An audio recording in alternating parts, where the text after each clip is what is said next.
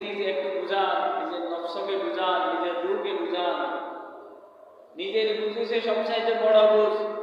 সারা পৃথিবীর সবাই আমাকে বুঝাইল, কিন্তু আমি বুঝ নেওয়ার জন্য আগ্রহী না, চিন্তা করলাম না।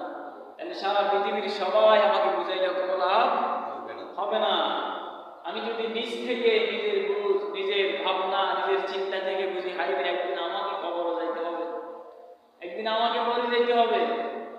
আমি কবরে যাওয়ার সময়, মরে যাওয়ার সময় ওই কবরে আমি কি নিয়ে যাব? কবরের সামান আমার তৈরি হয়েছে কি? আমি আদৌ জানি না।